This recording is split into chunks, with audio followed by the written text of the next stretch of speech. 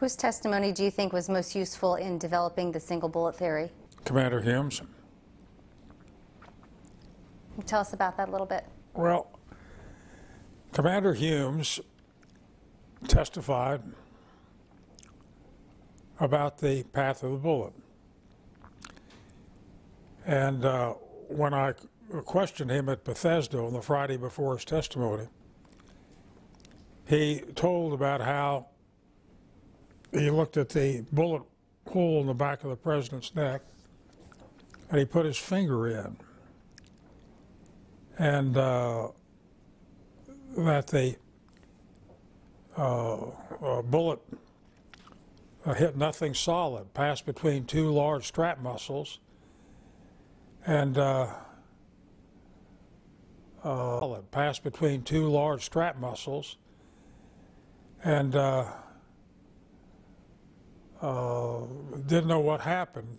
There was speculation that the bullet found on the stretcher was thought to have been the one that went through the speculation that it may have lodged in the president's neck and then on the external heart massage which he had been pushed out onto the stretcher. It was later determined, as best we could tell, that it was on Connolly's stretcher. Some very confusing testimony given by a fellow named Jimison, as I recall it.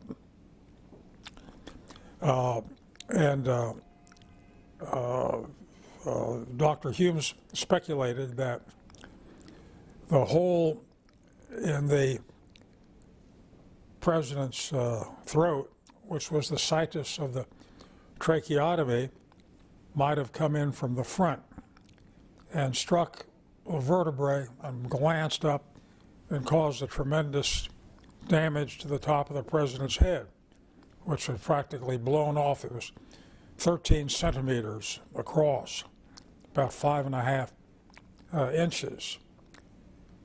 But when Humes then told me and testified, told me that on that interview Friday afternoon, and later testified that the next day he called up Malcolm Perry, who was the surgeon who did the tracheotomy, and that it was a wound of exit. It was not a wound of entry because it was jagged. A wound of entry makes us regular and round. A wound of exit is different. And of course, the wound was destroyed during the course of the tracheotomy, so nothing more could be done. But when I listened to Dr. Humes and put two and two together, that the bullet entered the base of the neck, passed between two large strap muscles, they call them, went through the pleural cavity. We had the nick on the tie. The tie was preserved. It was cut off by the doctors performing the tracheotomy, which was the fastest way to get it off, so the tie happened to be preserved. And then looking at the wounds on the governor's chest, entering slightly to the left of his right armpit, grazing a rib, and tumbling through his wrist and lodging in his thigh. Admittedly a strange path for a bullet to take, but sometimes truth is stranger than fiction. Dr. Humes testified that he did not think that bullet could have gone through Connolly's wrist.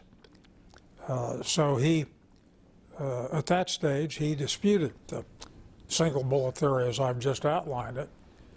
But when we had Dr. Gregory, the orthopedic surgeon, testify and brought the x-rays in, he testified that the metallic fragments were found at various levels of the wrist, and as he described them, as I recollect it, they were postage stamp weight.